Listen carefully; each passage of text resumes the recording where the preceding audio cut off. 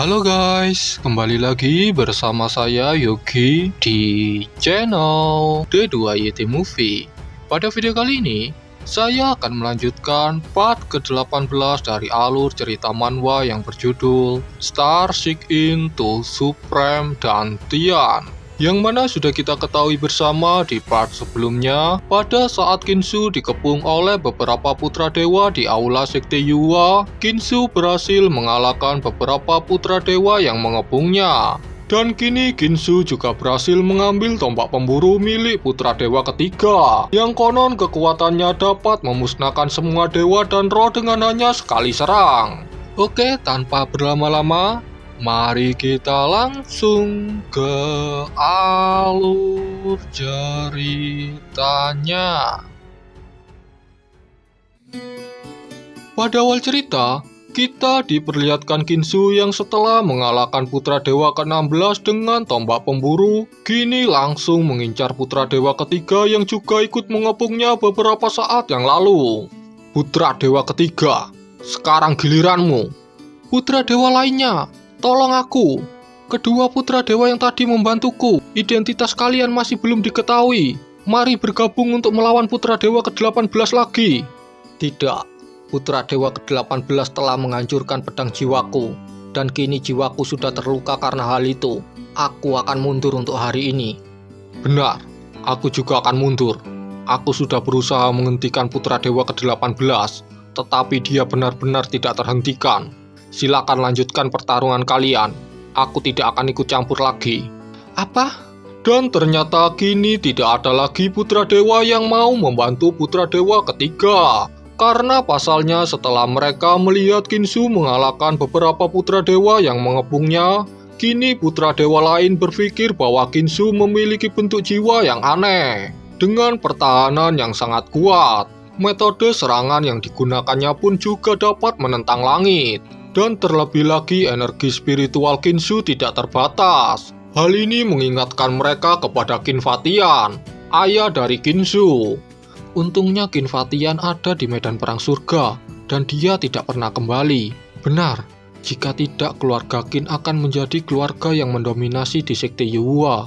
Membayangkannya saja sudah membuatku ketakutan. Singkat cerita, kini Ginsu pun langsung hendak menyerang putra dewa ketiga dengan menggunakan Nayuansu miliknya. Tetapi tiba-tiba ketika situasi yang mana putra dewa ketiga benar-benar sendirian, Patriarch Li, ayah dari putra dewa ketiga, mencoba untuk turun tangan dan akan ikut bertarung dalam pertarungan putra dewa ini, yang mana hal itu melanggar aturan dari sekte Yuwa. Lord Bird, apa Anda akan membiarkan dewa yang akan melanggar aturan? Tetapi ternyata Lord Bird pada kali ini hanya mau menonton pertempuran putra dewa. Dia benar-benar tidak ingin ikut campur dengan apa yang akan terjadi di dalam pertempuran putra dewa kali ini. Melihat sikap Lord Bird yang seperti itu, beberapa patriark yang anaknya telah dikalahkan oleh Ginsu, kini juga mulai ikut bergabung dengan Patriarch Li dan putra dewa ketiga untuk melawan Ginsu. Sayang sekali. Padahal putra dewa ke-18 begitu kuat. Jujur saja, aku benar-benar ingin melawannya di masa depan. Tetapi tampaknya hari ini dia akan mati, karena akan melawan 6 patriark keluarga besar dari sekte Yuwa. Baiklah, ayo serang putra dewa ke-18 bersama-sama. Ayah, kau di mana? Aku membutuhkanmu.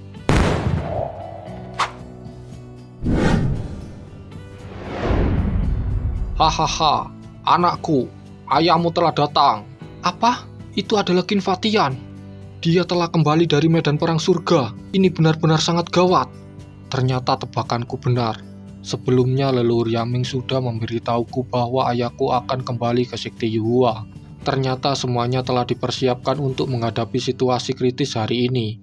Tampaknya sejak awal semuanya telah diperhitungkan. Sepertinya kalian sudah kelewat bodoh. Kalian beraninya menyerang anakku. Qin Fatian, kau tidak boleh membunuhku. Hei, orang tua. Kau ingin membunuh putraku, dan sekarang kau berharap aku melepaskanmu. Baiklah, sekarang giliran kalian. Sial, mari kita bekerja sama. Meski Qin Fatian kuat, bukan tidak mungkin untuk tidak membunuhnya. jika kita bekerja sama. Serang Qin Fatian bersama-sama. Dasar semut.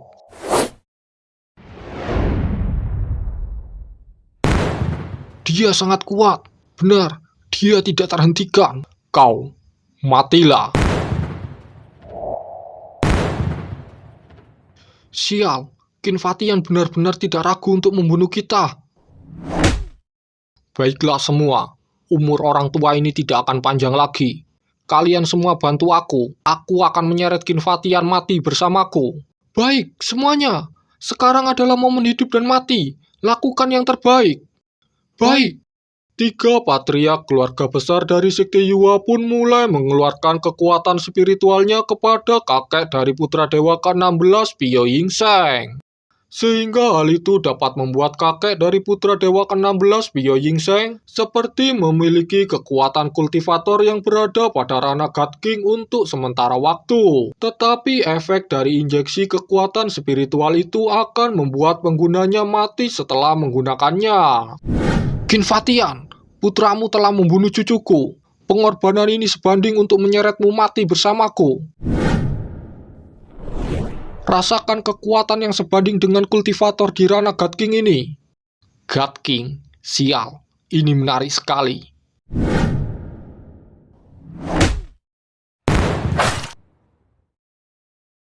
Apa?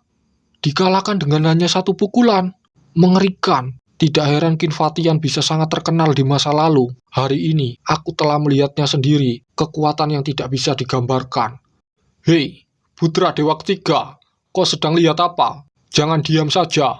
Mari kita bersenang-senang juga. Putra dewa ke-18, aku mengaku kalah. Singkat cerita, kini putra dewa ketiga yang sudah tidak bisa mengandalkan dan mendapat bantuan dari siapapun, mulai mengakui kekalahannya. Dia langsung menyerahkan token kaisarnya kepada Qin Su, dan kemudian memohon kepada Qin Su agar tidak membunuhnya. Tetapi Qin Su tidak mau berhenti sampai di sini. Sekarang Qin Su yang setelah mendapatkan token kaisar putra dewa ketiga juga akan mengambil Moon Spirit Divine Body milik putra dewa ketiga. Tidak, aku tidak akan pernah menyerahkan Moon Spirit Divine Body-ku. Terlambat, 7 Star Broken Nail.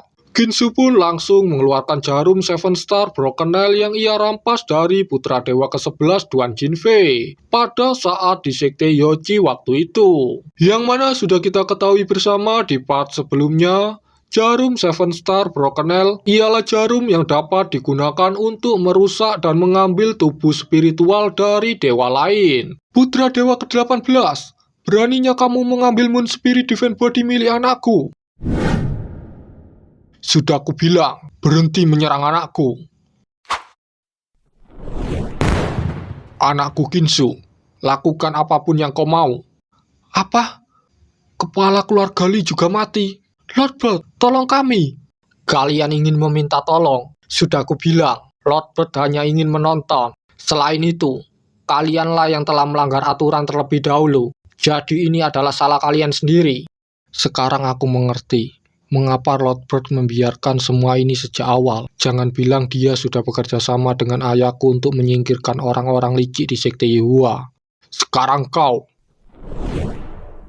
Tidak. Dan beberapa saat kemudian, saat Qin Su telah berhasil mengambil Moon Spirit Divine Body milik putra dewa ketiga, kini Patriark Duan mengajukan sebuah permohonan kepada Qin Su. Yaitu Patriark Duan meminta tolong kepada Qin Su agar Qin Su tidak membunuh putrinya anak dewa ke-9 Duan Ling. Keluarga Duan kami hanya memiliki 2 anak. 1 sudah mati. Aku tidak ingin kehilangan anakku lagi. Aku berjanji anak dewa ke-9 akan mundur dari persaingan putra dewa. Dan sebagai ganti nyawa dari putriku, aku, kepala keluarga Duan, akan bunuh diri. Tetapi tolong biarkan putriku tetap hidup. Ayah! Jangan lakukan itu. Qin Su, lebih baik kau membunuhku dan biarkan ayahku hidup. Hentikan itu, Duan Ling. Bahkan jika kamu bukan lagi putra dewa, masa depanmu masih bagus. Kamu tidak perlu mengorbankan dirimu. Ayah. Qin Fatian, aku akan bunuh diri. Apa kamu bisa membiarkan putriku tetap hidup? Hahaha, keluarga Duan sangat menarik. Ya, aku akan membiarkannya hidup. Kebetulan putraku tidak memiliki wanita di sampingnya. Buat putrimu menjadi pelayan putraku. Di masa depan mungkin putraku akan memiliki perasaan kepada putrimu. Ya, tidak mustahil jika kelak mereka akan menikah. Ayah. Baiklah, keluarga Duanku setuju. Putriku, kamu harus berjanji pada ayah, hiduplah dengan baik, untuk dirimu sendiri, untuk keluarga Duan, dan untuk ayahmu. Kamu harus tetap hidup dengan baik. Ini adalah satu-satunya hal yang ayahmu minta. Kinfatian, kau adalah dewa dengan tingkat tertinggi. Aku percaya kau akan memegang janjimu. Ayah!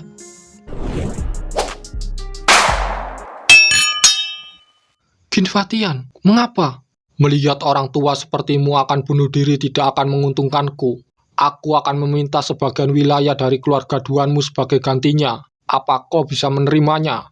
Terima kasih Kinfatian. Dengan senang hati aku akan menerima tawaran itu. Dan sekarang, keluarga kalian juga harus menyerahkan setengah wilayahnya. Jangan bercanda. Setelah anakmu mengambil token kaisar dari putra dewa keluarga kami, dan kau juga telah membunuh patriark keluarga kami, sekarang kau meminta kami menyerahkan setengah wilayah kami. Apa kau punya keluhan? Baiklah. Keluarga Su kami tidak memiliki keluhan. Singkat cerita, setelah ayah Kinsu mendapatkan setengah wilayah dari 6 keluarga besar Sekte Yuwa yang tadi menyerang Kinsu, kini Lord Bot menawarkan kepada putra dewa lain yang masih tersisa untuk maju melawan Kinsu, untuk merebutkan satu kursi yang akan mewakili Sekte Yuwa pergi ke pertemuan Agung Dongyu. Tetapi ternyata putra dewa lain yang masih tersisa tidak ada yang menjawab tawaran dari Lord Bot. Sehingga penawaran itu diajukan kepada Kinsu. Putra dewa ke-18, apa kau mau mencoba menantang dan membunuhnya? Itu bisa mengurangi nomornya. Apa? Lord Bot, apa kamu bercanda? Aku bukanlah dewa kematian. Aku hanya terpaksa melakukannya hari ini. Kinsu pun menolak tawaran bertarung itu, dan kemudian mengatakan kepada putra dewa lain bahwa di masa depan, semuanya harus melakukan kompetisi secara adil dan menjadi kuat bersama-sama. Karena pasalnya lawan yang sebenarnya adalah Sekte Protoss dan kedua sekte top lainnya. Di sanalah adalah medan perang yang sesungguhnya. Melihat sikap Kinsu yang berpikir panjang ke depan, putra dewa ke-17 pun merasa kagum akan hal itu. Sehingga mulai sekarang putra dewa ke-17 akan menyerahkan status putra dewanya dan akan menjadi pelayan dari Kinsu. Singkat cerita, karena tidak ada yang mau bertarung lagi, Lord Bot pun mulai mengumumkan bahwa kompetisi putra dewa pada kali ini telah berakhir. Dan yang berhak mewakili Sekte Yuwa untuk berpartisipasi dalam pertemuan Agung Dongyu adalah Kinsu. Baiklah, acara hari ini telah selesai. Kalian semua silakan kembali. Dan beberapa saat kemudian setelah putra dewa dan dewa-dewa lain telah pergi meninggalkan aula Sekte Yuwa, kini ayah Kinsu Kinfatian juga berpamitan kepada Kinsu. Dia juga akan kembali ke medan perang surga. Sure, tak kusangka kau berubah sebanyak ini, seperti yang diharapkan dari putra Kinfatian. Jika ibumu masih hidup, dia pasti bangga melihatmu yang sekarang. Ayah, sebenarnya apa yang terjadi? Mengapa banyak yang mau membunuhku? Sampai ibu mengorbankan nyawanya untuk menyelamatkanku. Ayah Kinsu Kinfatian pun mulai menjelaskan. Yang mana setelah ayah Kinsu menyelidiki masalah ini, dia menemukan sebuah petunjuk bahwa Kinsu memiliki wujud naga tersembunyi. Ketika pada saat Kinsu masih janin, Kinsu akan terlahir dengan tubuh Transcendent Innate Chaos Holy Body Dao Embryo, yang mana tubuh itu adalah tubuh terkuat kedua setelah tubuh Immortal Body. Sehingga hal itulah yang memancing dewa-dewa lain untuk membunuh Kinsu sejak masih berada di dalam kandungan. Tubuh Kinsu telah diberi 2 kutukan, yaitu bencana hidup kecil dan bencana hidup besar, yang mana bencana hidup kecilnya sudah dilalui oleh Kinsu dengan cara meminum Heaven Mending Pill, yang waktu itu didapat dengan cara mengorbankan nyawa ibunya. Sehingga kini yang tersisa tinggal bencana hidup besarnya, yang hanya bisa diatasi oleh eliksir immortal sejati. Bencana hidup kecil, bencana hidup besar. Apa ini berhubungan dengan kematian dini yang pernah ku alami? Benar, Mati di umur 16 tahun itu adalah hanya bencana kecil. Adapun bencana besarnya masih tidak diketahui kapan akan datang. Bahkan leluhur Yaming yang mengetahui akan rahasia surga dan bisa memprediksinya, dia masih belum bisa mendapatkan informasi yang akurat. Tetapi tenang saja, ayah sudah mendapatkan beberapa informasi tentang eliksir immortal. Tidak peduli apapun yang akan ayah hadapi, ayah akan membawakan eliksir immortal itu, supaya kau bisa selamat dari bencana besar. Mendengar ayahnya berbicara tentang lokasi dari eliksir immortal, Ginsu mengingat bahwa pada saat Ginsu menerobos ke ranah alam dharma di Sendai, Ginsu telah diilhami oleh eliksir immortal humanoid. Dan karena hal itu, Ginsu mendapatkan informasi tentang keberadaan dari eliksir immortal. Sehingga sekarang Ginsu langsung membagikan informasi itu kepada ayahnya. Sure, dengan informasi lokasi yang spesifik seperti ini, ayahmu jadi lebih percaya diri. Baiklah, waktunya sudah tiba. Jaga dirimu, Suor. Singkat cerita, ayah Ginsu, Kinfatian pun kembali ke medan perang surga. Sedangkan di sisi lain, kita diperlihatkan beberapa sekte besar juga mulai melakukan persiapan untuk pertemuan Agung Dongyu. Yaitu yang pertama kita diperlihatkan sekte Dewa Protos. Itu adalah Tuan Muda Kilin. Benar, ku dengar Tuan Muda Kilin sudah mengasingkan diri selama lebih dari 10 tahun. Aku tidak menyangka, kali ini Tuan Muda Kilin juga keluar dari sarang Kilin kuno. Di masa kecilnya, dia adalah eksistensi yang tak terkalahkan di antara teman-temannya. Kali ini dia pasti muncul dengan kekuatan yang tak terbatas. Putra Kilin, ku dengar kau telah digalakkan oleh Putra Dewa ke-18 di pertemuan Yoichi. Kenapa bisa begitu? Itu hanyalah sebuah kesalahan.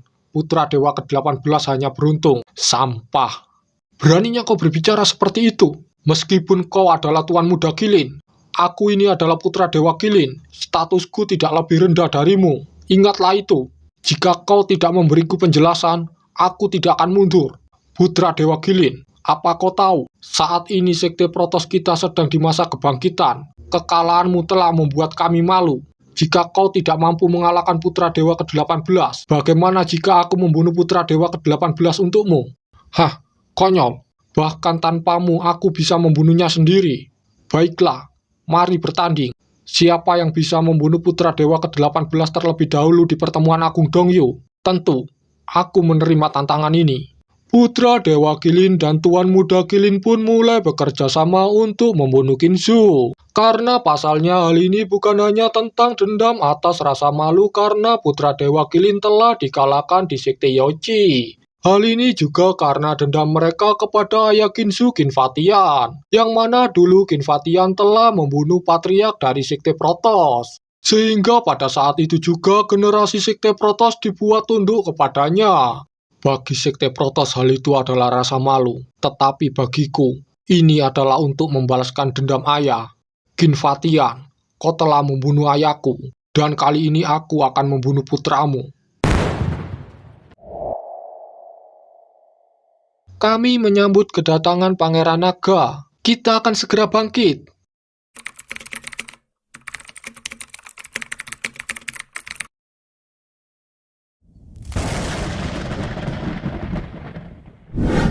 Akhirnya, dia datang. Kami menyambut Dewi Divine Phoenix.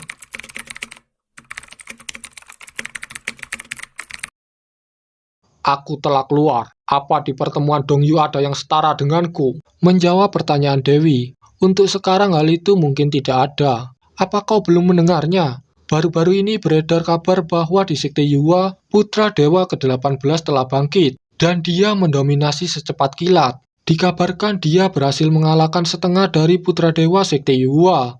Dan dia juga telah mengalahkan Putra Dewa Kilin dari sekte Protos. Bisa dibilang dialah Putra Dewa dengan reputasi yang sangat hebat sekarang. Bagus, aku akan membunuhnya. Dengan begitu reputasiku akan semakin meningkat. Kami menunggu kabar baik dari Dewi Phoenix. Sedangkan di sisi lain di Pulau Terapung Matahari, kita diperlihatkan Ginsu sedang mengamati ulat sutra jiwanya. Ginsu sedang berpikir bagaimana caranya agar ulat sutra jiwanya bisa mengalami perubahan kedua lebih cepat. Dan andai saja Ginsu bisa menangkap Blood Shadow lagi, maka perubahan kedua ulat sutra jiwanya akan menjadi sangat cepat. Karena Blood Shadow adalah makanan yang bisa membuat ulat sutra makan dengan senang dan tumbuh dengan cepat. Dan kemudian setelah Ginsu mengamati ulat sutra jiwanya, kini Ginsu juga mencoba mengamati tombak pemburu yang ia rampas dari putra dewa ketiga. Semua ini Ginsu lakukan untuk persiapan pertemuan Agung Dongyu. Tombak pemburu ini kuat sekali. Bahkan dengan tabu Supreme Leader, aku masih sedikit terluka karena menahan serangannya. Hal itu karena keluarga Li sudah mengultivasinya selama 100 tahun. Sehingga tombak pemburu ini bisa menjadi sangat kuat. Tunggu dulu. Ginsu pun mulai terfikirkan akan sesuatu, yaitu karena Ginsu memiliki perpetual Montion Dantian, maka energi spiritualnya tidak akan pernah habis. Jadi Ginsu ingin mencoba mengultivasi tombak pemburunya sampai di level maksimal. Baiklah, mari kita coba. Seperti yang diperkirakan, ternyata dengan energi spiritual dari perpetual Montion Dantian yang tak terbatas, hanya butuh waktu singkat untuk mengisi kekuatan spiritual yang setara dengan mengultivasinya selama 100 tahun. Dan tampaknya, ini masih belum penuh. Baiklah, kita lanjutkan. Dan beberapa saat kemudian setelah Ginsu mengultivasi tombak pemburunya dengan perpetual Montion Dantiannya, kini tombak pemburu itu sudah terisi penuh dengan kekuatan setara mengultivasinya selama 500 tahun. Kekuatan serangan dari Nayuansu saat ini sudah tidak mencukupi. Hanya kultivator yang selevel denganku yang bisa terluka. Tetapi dengan adanya tombak pemburu yang memiliki kekuatan setara dengan mengultivasinya selama 500 tahun, sekarang aku bisa memusnahkan jiwa lawan yang levelnya berada di atasku. Baiklah. Sekarang aku juga akan memanfaatkan Moon Spirit Divine Body yang kuambil dari putra dewa ketiga. Singkat cerita, saat Ginsu sedang memikirkan apa yang harus dilakukan pada Moon Spirit Divine Body milik putra dewa ketiga agar dapat meningkatkan kekuatan tempurnya, tiba-tiba di saat bersamaan leluhur Yaming datang dengan kondisi terluka. Leluhur Yaming, apa kau baik-baik saja? Leluhur Yaming adalah salah satu monster dari Sekte Yehua. Siapa yang bisa melukainya? Ternyata leluhur Yaming terluka akibat kekuatan misterius dari kuil perunggu kuno. Jadi ceritanya beberapa hari yang lalu, kuil perunggu kuno telah muncul. Dan beberapa leluhur berusaha membuka kuil perunggu kuno itu. Tetapi ternyata tidak ada yang berhasil. Leluhur Yaming, legenda mengatakan bahwa kuil perunggu kuno adalah kediaman dewa immortal. Apa itu benar? Kuil perunggu kuno adalah salah satu misteri terbesar surga. Kadang-kadang muncul di celah ruang dan waktu. Tidak ada yang pernah tahu asal-usulnya. Apakah ada makhluk abadi di dalamnya itu sulit diprediksi. Hanya Kaisar Agung di zaman kuno yang mengerti akan hal itu. Kaisar Agung? Aku pernah melihat Kaisar Agung diseret oleh tentakel di Jalan Kaisar. Apa yang ada di balik tentakel itu adalah makhluk abadi. Kali ini nampaknya kemunculan kuil perunggu kuno bukanlah masalah sepele. Gerbang perunggu kuno sulit untuk dibuka. Bahkan, selevel leluhur Yaming tidak bisa membukanya. Ginsu, kau tidak perlu memikirkan akan hal itu. Itu bukan sesuatu yang dapat junior ikuti. Meski menurut legenda, begitu kau bisa membuka atau memahami gerbang perunggu kuno itu, kau akan mendapatkan manfaat yang tak terbayangkan. Tetapi, di levelmu yang sekarang ini, itu hanya akan membuatmu terluka. Jadi mari berhenti untuk membahasnya lagi untuk saat ini. Ngomong-ngomong, aku telah mendengar apa yang telah kau lakukan di konferensi Putra Dewa. Bagus sekali. Leluhur ini tidak salah menilaimu. Kerja bagus, nak. Kau tidak hanya mengalahkan setengah dari 18 Putra Dewa Sekte Yehua, kau juga berhasil mendapatkan tombak pemburu dan Moon Spirit Divine Body. Yang mana tombak pemburu adalah senjata Kaisar Agung, yang konon digunakan Kaisar Agung untuk membunuh dewa pada tingkat tertinggi. Meski setelah itu dia telah menyegel kekuatan asli dari tombak pemburunya. Apa? Tombak ini ternyata masih disegel? Itu benar, di masa depan. Jika kau bisa membuka segelnya, maka kekuatan tempurmu akan menjadi tidak terbatas. Dan untuk Moon Spirit Defense Body yang kau dapatkan, kau bisa menggunakannya untuk mengembangkan Sun Spirit Defense Body. Baiklah, mumpung aku di sini, aku akan membantumu memurnikannya. Baik leluhur, mari kita mulai. Singkat cerita, leluhur Yaming pun mulai membantu Qinzhou untuk mengembangkan Sun Spirit Defense Body-nya. Tetapi metode menyerap dan menyempurnakan Moon Spirit Defense Body untuk membuat Sun Spirit Defense Body berevolusi, hal itu akan sangat menyakitkan. Hal itu sama dengan membentuk tubuh ilahi baru. Rasa sakitnya adalah yang tertinggi di dunia. Qinzhou, apa kau bisa menahannya? Defense Needle. Leluhur Yaming pun langsung memurnikan Moon Spirit Defense Body menjadi jarum ilahi. Dan ke-9 jarum ilahi yang terbentuk dari 9 tubuh roh bulan itu akan ditanamkan ke tubuh Qinzhou. Jika Qinzhou mampu menahan rasa sakitnya ketika semua jarum ilahi itu terbenam di dalam tubuhnya, maka Moon Spirit Defense Body akan sepenuhnya disempurnakan dan diserap oleh Qinzhou. Tetapi jika Qinzhou tidak dapat menahan rasa sakitnya, Qinzhou dapat mati dan kemudian menghilang. Karena pasalnya teknik ini adalah sebuah teknik terlarang, yang mana ketika prosesnya sudah dimulai, maka tidak akan dapat dihentikan lagi sebelum semuanya selesai. Dan di masa lalu, banyak putra dewa yang telah meninggal secara tragis karena penggunaan teknik ini. Qinzhou, kau sudah tahu konsekuensi dari teknik ini, masih belum terlambat untuk menghentikan prosesnya. Leluhur, untuk menjadi Kaisar Agung ada banyak kesulitan hidup dan mati di dalam prosesnya. Sedikit rasa sakit lebih baik daripada tidak sama sekali. Jadi, aku tidak akan berhenti, bahkan ketika di depan jalanku dipenuhi oleh rasa sakit. Leluhur, lanjutkan. Bagus, aku suka semangatmu. Qinzhou pun mulai merasakan rasa sakit yang sangat luar biasa. Terlebih lagi ketika ke-9 jarum itu mulai terbenam ke tubuhnya. Rasa sakitnya menjadi berlipat ganda. Qinzhou pun mulai tidak kuat menahan rasa sakitnya. Tetapi tiba-tiba di saat bersamaan, kesadaran ilahi kedua Qinzhou yang didapat dari menerobos ke alam Dharma di Sendai keluar. Kesadaran ilahi yang telah berubah menjadi kesadaran ilahi humanoid saat setelah Qinzhou diilhami oleh eliksir immortal humanoid pada saat itu, kini membuat ketahanan Qinzhou semakin kuat. Sehingga beberapa saat kemudian, Qinzhou berhasil menyerap Moon Spirit Defense Body secara keseluruhan. Bagus, sudah berakhir.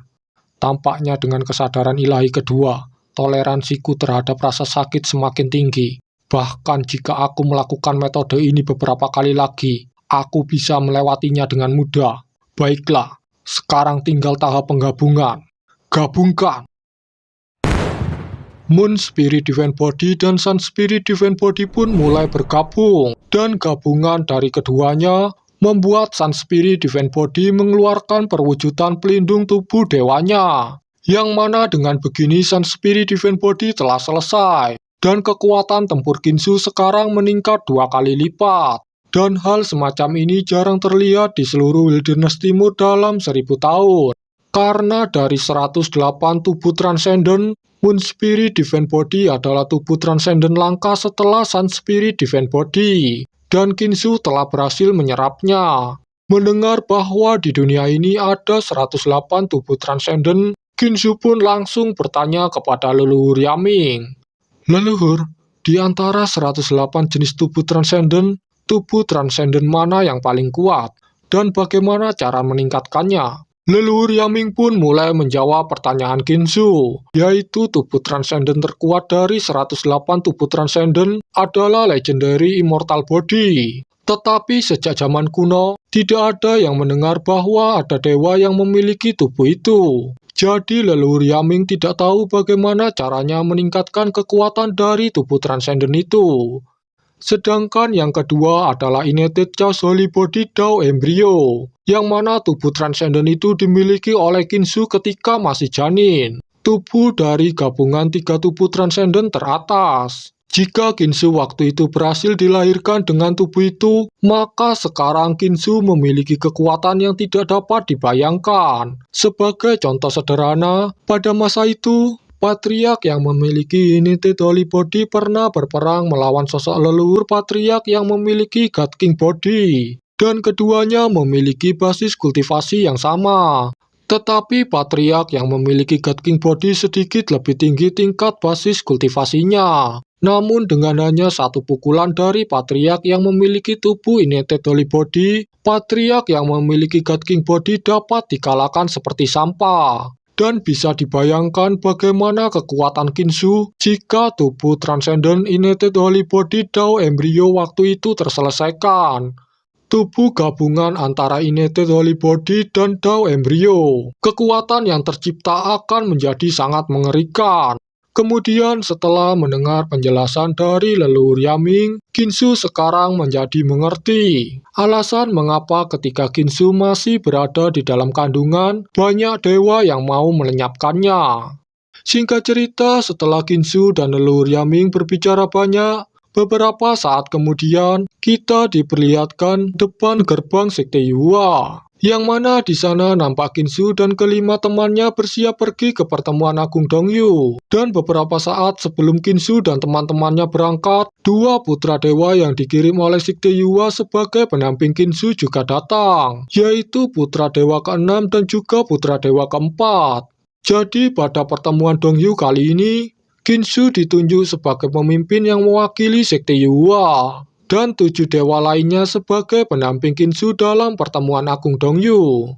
Baiklah, karena semuanya sudah berkumpul, mari kita berangkat.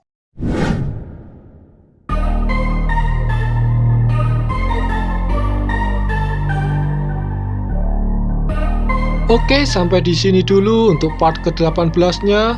Untuk part ke-19-nya kita lanjut pada next video. Thanks for watching, jangan lupa like, komen, dan juga subscribe agar kalian tidak ketinggalan update terbaru dari channel ini. See you next time.